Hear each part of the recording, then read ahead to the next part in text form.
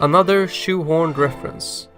Trijicon RE04 GHOST sights. Because my SWAT loadout would be incomplete without lovely radioactive aiming devices. Starting out with a safety check, I make sure the gun is unloaded without any shells in the chamber or magazine tube. And remember, no licky on the radioactive ghost sightsee. In order to install the sights, I must disassemble the gun down to the receiver and barrel. For more detailed instructions, watch our APS CAM870 disassembly video.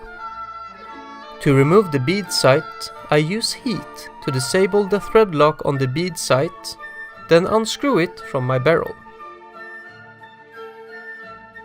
When it comes to the front sight, it isn't as easy like the real 870, where one simply unscrews the bead sight, slap on some epoxy, and call it a day. The CAM870 lacks a pedestal, which makes it hard to find a center line. I see 3 solutions to this problem. 1. Guesstimate the hell out of it, hoping it's on point and that the threadlock holds. 2. Use an Allen key to roughly center the front sight, so you can probably say not just good, but good enough. 3. Use my very own 3D printed adapter. I'm gonna choose door number 3, because spending $200 on sights and installing them crooked like a politician turns them into useless ornaments. Again, like a politician. Also, options 1 and 2 gives the threadlock a minimum of contact surface, compared to option 3. My 3D printed adapter has a 3mm threaded hole, compatible with 3mm motherboard screws, since the bead sight also utilizes 3mm threads. If you want an adapter for yourself, the design is available on our Patreon page. Keep in mind that depending on the accuracy of your printer, you might need to rethread the hole. I place the adapter on my barrel with the groove facing down. Check that the adapter hole aligns with the bead sight hole. Screw in the screw. Place the front sight on the adapter. When I am happy with the mock-up, I uninstall it so I can add threadlock for maximum stability. The Trijicon sights include a special epoxy for use on real shotguns, which hardens with heat. I want permanent, but not permanent. I want permanent that can be reversed, with heat. So, therefore normal threadlock will be used. A drop on the bottom of the adapter. A drop on the screw. A whole lot on the underside of the front sight.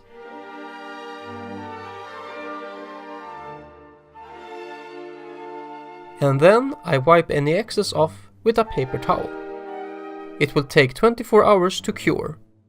Since it takes so long, I will use zip ties to hold it in place. 24 hours later, the front sight is now complete. Now it's time to tackle the rear sight. The placement of the rear sight along the receiver is crucial for a good sight picture. I haven't been able to find information on how to position it, other than take it to a gunsmith. So my plan will be to make the rear sight level with the receiver, and make sure I can see the front dot. Placing my receiver in my vise, I make sure it is level. Then I place my spirit level on the Trijicon rear sight and adjust it until it is level like the receiver. Using a spirit level equipped with a magnet is highly recommended. When I'm satisfied, I use the Allen key supplied with the sights, dipped in white paint, to mark out the front and back screw holes. I wait for the paint to dry and double check that the markings are on point. Now I have the information of the hole's position lengthwise, but what about centering? There are many ways of doing this. I could measure the receiver, find the center, draw lines with a pencil, erase when I'm wrong, hope I'm right, estimate the angle of the angle, and so on. Or I could use my drill guide from my master key build. The drill guide has the same diameter as the CAM870 receiver width and a 2mm guide hole in the center. Therefore it will always be centered, regardless of my placement. So I place the receiver and drill guide in the drill press. Using a 2mm drill bit, I find the front marking and then make a small guide hole. I quickly assemble the barrel and receiver to make sure the sights line up. Then I exchange the 2mm bit for a number 33 drill bit, because weird real steel dimensions, and drill straight through.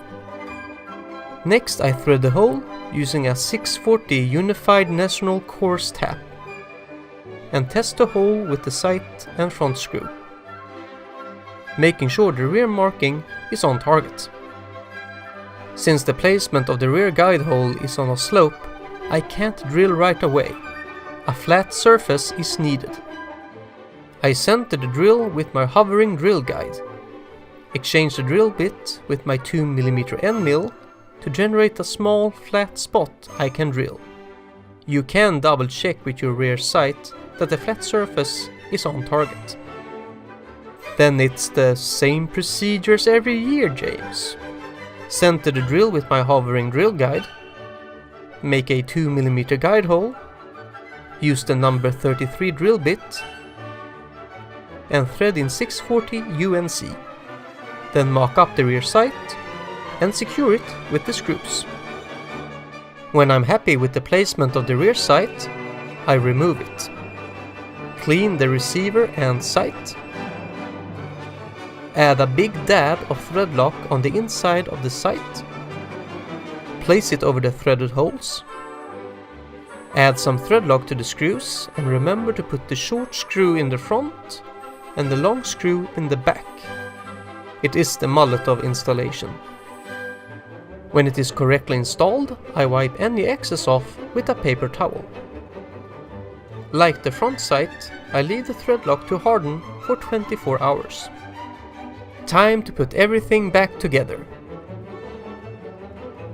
And there you go. Let's put it through its paces.